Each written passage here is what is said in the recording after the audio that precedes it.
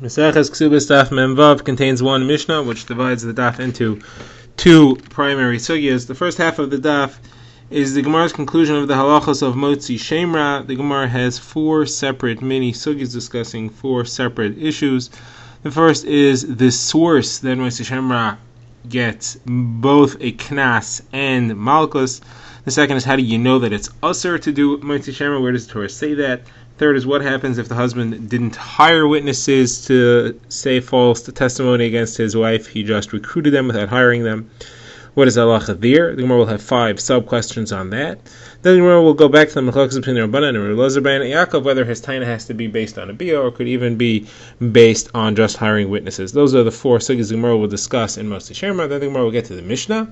And the Mishnah will introduce the topic of the general rights that a husband and a father have in their daughter or wife, and how it applies to the monetary relationship between them. So let's begin the Gemara. The Gemara discusses the halacha, which we've seen that a Motzi Shemra is somebody who accuses his wife of not being a psula because she was mazana while they were nisares, while she was an arusa, a nara ha'ma'arasa. So there the halacha is that if it's proven that he was lying, he made a false accusation, he has to pay 100 sela knas, and he gets malchus. The Gemara says, what is the source of these two things? So the Gemara says, when the pasuk says v'anshu oisai, that's referring to the fact that he has to pay a fine, and when it says v'yisru oisai, that refers to the malchus. Someone says, how do you know that that's what those words mean? Someone says v'anshu oisai is pretty clear. It says straight out v'anshu oisai meya kesef. So it says straight out that v'anshu is 100 shekel fine, 100 salah fine. How do you know that v'yisru oisai means malchus? So the Gemara says it's learned from a triple hekesh to the pasuk of bin hakos harasha, which talks about malchus explicitly, and that's because we have the word yisru here. The word yisru also appears by ben sorer u'moer. It says v'yisru oisai. Ben sorer u'moer is a son, and therefore the word ben appears there. Ben sorer u'moer. That's linked to bin hakos harasha, which means he's a son of malchus. He gets that punishment in that case, and therefore all are connected. Yisru to Yisru, Yisru to Ben, and Ben to Ben. Therefore we've connected them all together. Next question, now we get to our second sugya. The Gemara says, how do you know that it is usher for a man to be a Motzi Shemra? You can't have a punishment unless the Torah tells you somewhere not to do it. It's not enough to just say you'll get a punishment if you do it. It has to actually say don't do it. So what's the issue that the Motzi Shemra is violating? So the Gemara brings two opinions. The Gemara says that Rabbi Elazar says it's lo selech rachel ba'amecha. It's an issur rechilas. He's saying false things about someone else. Rabbi Nassan says it's because it says v'nishmarta michol davara, and we understand that the word davar here means words. It says you should guard yourself from any bad words. You can't speak falsely in an evil way about someone else. Now, why do they each not hold of the other's opinions? The Gemara says they each have a totally different understanding of the pasuk that the other one is using. Rabbi Elazar says the pasuk that says v'nishmarta michol davar hara is not talking about speech. It's talking about thoughts. You should not have bad thoughts during the day because that'll bring tumah at night. Rabbi Nassan says the pasuk that you brought, that is not talking about bearing tales or gossip or slander. Altogether, it's talking about the Beis Din not to be rachli, not to be rachili, not to be soft on one litigant and hard on the other litigant. Okay, now the Gemara goes to its third sugya, and that is the question of if the husband is recruiting witnesses to help his case, does he have to hire them and pay them, or is it enough if he just convinces them to come? So the Gemara quotes a machlokas on the subject. So first of all, the Gemara brings what happens if they come on their own and they testify. He didn't ask them to come all together. Obviously, if they were lying, he doesn't have to pay 100 shekel fine, and he doesn't get malchus because he didn't do anything wrong. Now, if she has witnesses and they were proven to be edim zoimin, they were false, so they both go to the Beis Haskila. The Gemara says they both go to the Beis Haskila. How could they both go to the Beis Haskila? The Gemara says either she goes to the Beis Haskila if the witnesses against her were speaking the truth, or the witnesses go to the Beis Haskila if witnesses against her were zomimin. Now, what happens if he hired them, as we were trying to get to in this brisa altogether? So the Gemara says, if he hired them, this brisa specifically says The husband is only free and clear if they came on their own. If, however, he recruited them, even without hiring them, he would be responsible to pay the 100 selah fine and to get a malchus. This is the opinion of Rabbi Yehuda, who holds this is against the opinion of Rabbi Yehuda, who holds that he has to pay them in order for him to be responsible. If he just recruited them without paying them, then he doesn't get any problems. So this must be the opinion of the Chachamim, who argue and say he doesn't need to pay them, just recruiting them is enough to be responsible for this. Now what's Rabbi Yehuda's reasoning? Where does he get this idea that you have to actually pay them? So Gemara quotes Rabbi Yevo, says he has a drasha from the word sum or sima. It says v'sum la alilas dvarim, and it says lo sisimun olav neshach, that here we are discussing some ladulas devarim, and in the parsha of Ribis it talks about neshach, just like that's involving money. So this also has to involve money, otherwise it doesn't apply. Now the one comes to Menachem bar Yitzchak and Yosef Tzidoni in the name of Rishon ben Yochai, who says this drasha as well, that it comes from sima to sima. Okay, now the Gemara has 5 questions on Rabbi Yehuda's opinion that he has to actually hire them. Question number 1: what happens if he hires them and he pays them land? Ribis there was not talking about land. Those psukim were referring to where it was movable objects or cash that was used.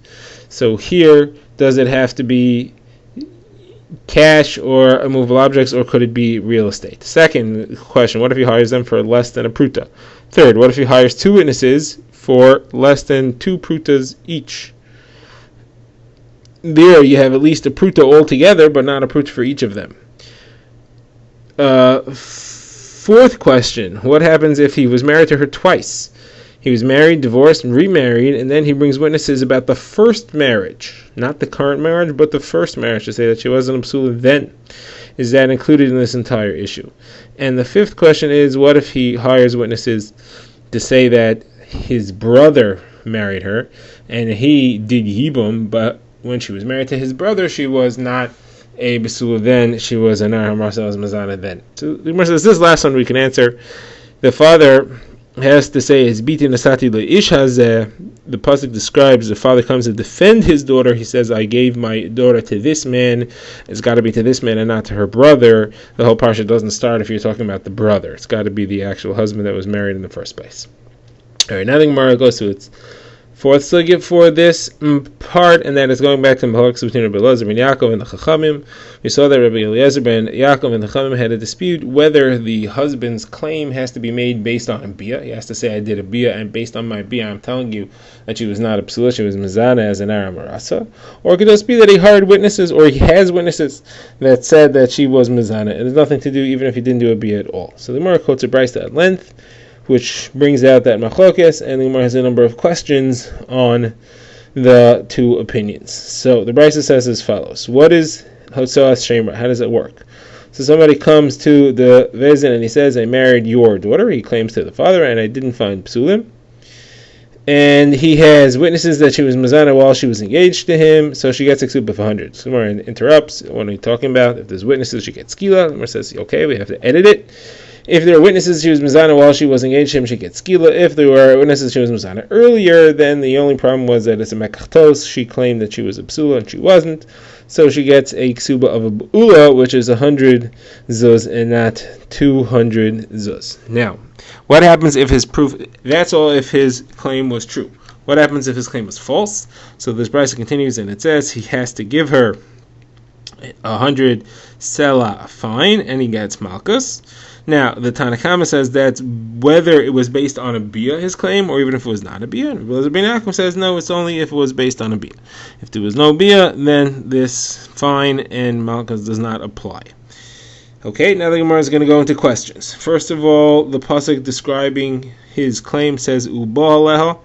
It says that the husband comes to her, and then it says ve'ekrav aleha, and when he speaks to the court, he says, I came to her.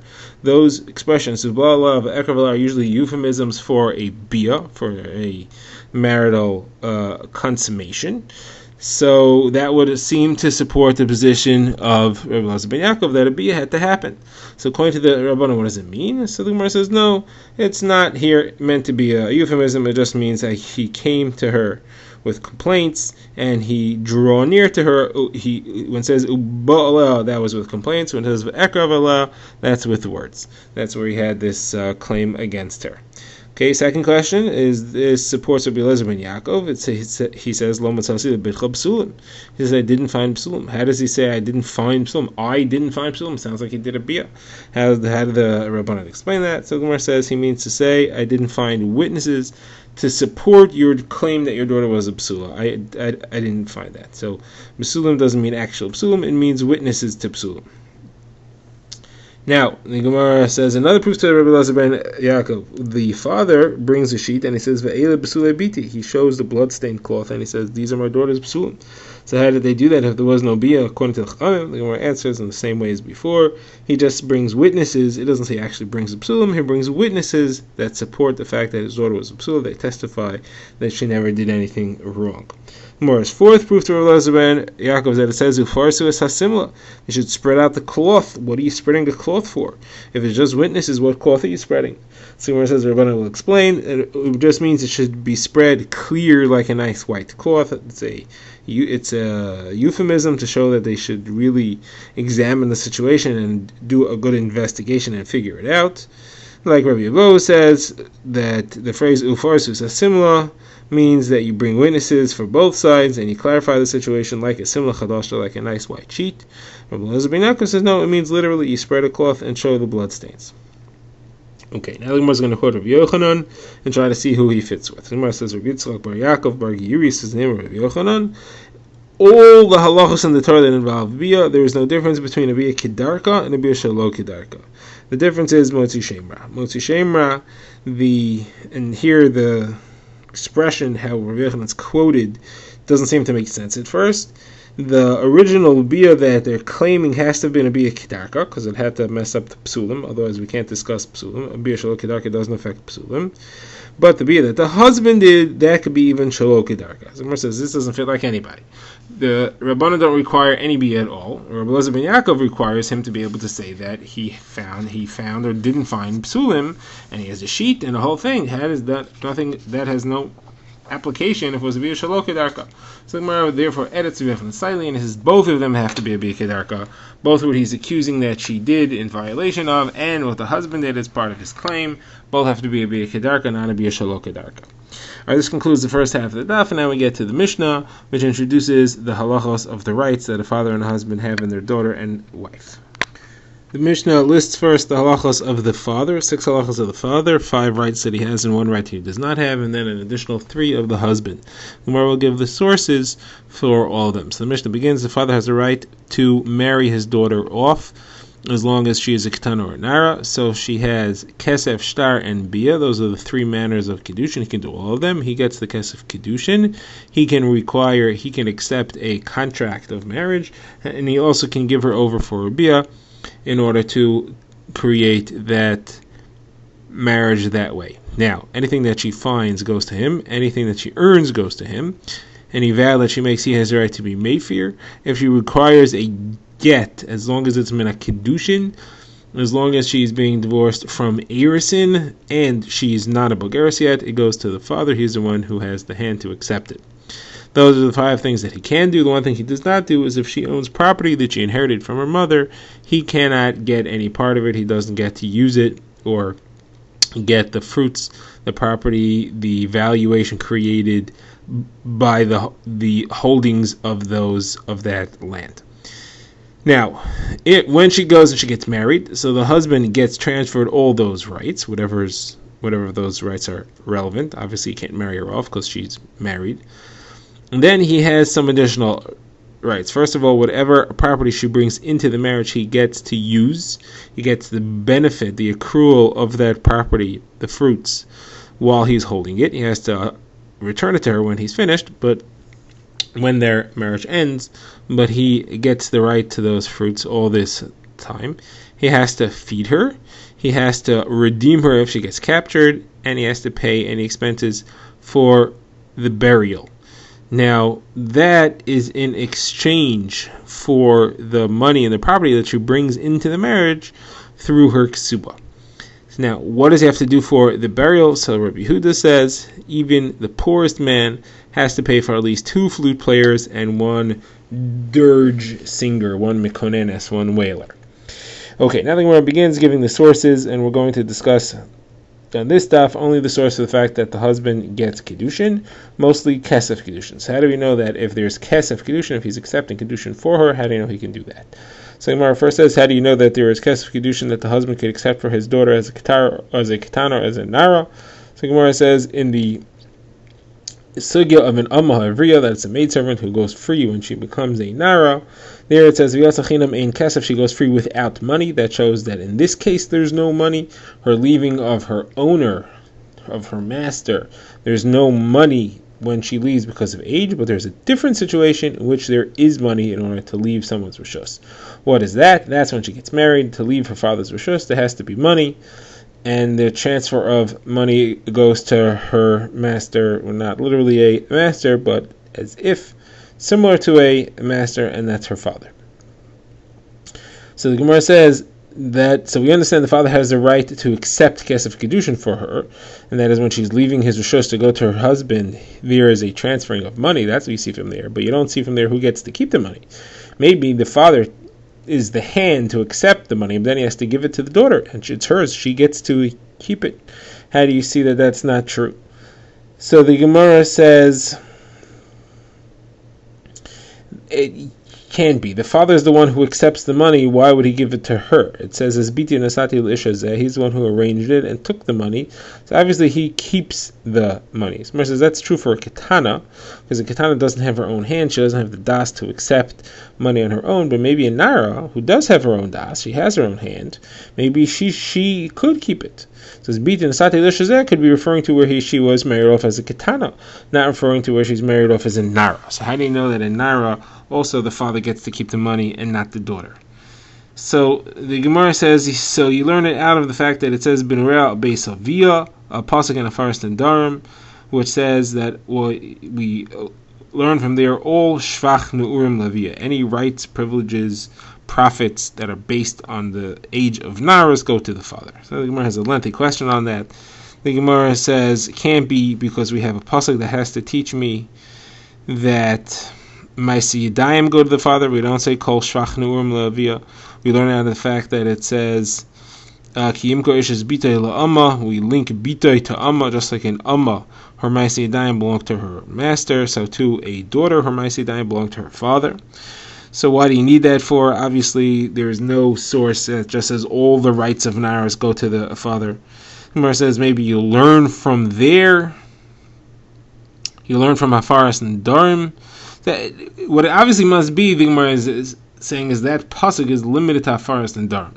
You can't apply it that all rights of Naras go to the father. So the Gemara says maybe learn from Hafaras and Darim that the father has the right to take the money. The Gemara says you can't learn Mammon from Isser. Hafaras and Darim is a sugi of Isser. Here we're talking about monetary issues. The Gemara says maybe learn it out of the fact that he gets knas for her. The Gemara says you don't learn Mammon out of knas. The Gemara says maybe learn out of the fact that he gets the voshes and the pagam, as we've seen earlier, the same sugya. So Gemara says that's different. He has the right to boshes and pagam because he could cause her boshes and pagam. He can marry her off to a manuvel mukas shchin, and therefore he has a right. He owns that right, and therefore he should get paid for the boshes and the pagam. That doesn't tell you anything about kesef kedushin. So therefore, we're still without a source of the halacha that he gets the kesef kedushin. Maybe she gets it if she's a nar. So Gemara therefore says you have to compare the two leaving the rishus of the odom. We said that the reason why we know that the father has a right to accept the money. Again, we're discussing whether or not he can keep it, but that he accepts it, that we all agree. The way we know that he has the right to accept it is because we're comparing her leaving the rishus of the odom, as is when she's in Amma, to leaving the rishus of her father when she gets married. See, there has to be similar in both ways. Just like if she was leaving the rishus of the Adon. So we said that there's no money involved there. But had there been money, who would get it? The Adon would get it. You would be redeeming her. You'd be redeeming the Amma from her owner. So that means you would be giving money for the rest of her servitude to the owner.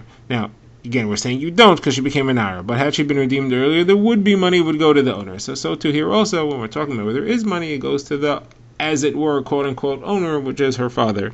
So he has to be the one to keep it. So Gemara says, how can you really compare it?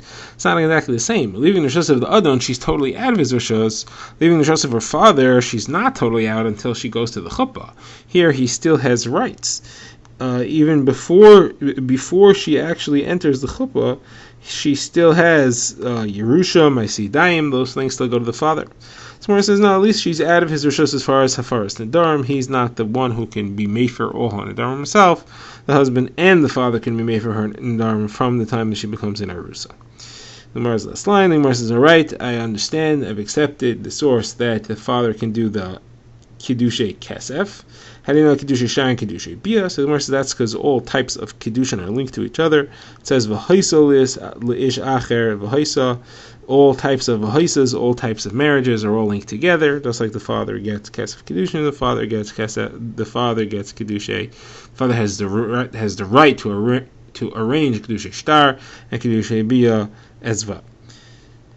Last line, the Gemara says, how do you know that he gets her found objects? The Gemara says that's because of Ava. He doesn't have to, he does not have to feed her. He's not chayv in her mazonos once she becomes a nara. If he's still feeding her, she's allowing her to eat, then she must give him her found objects in exchange for that.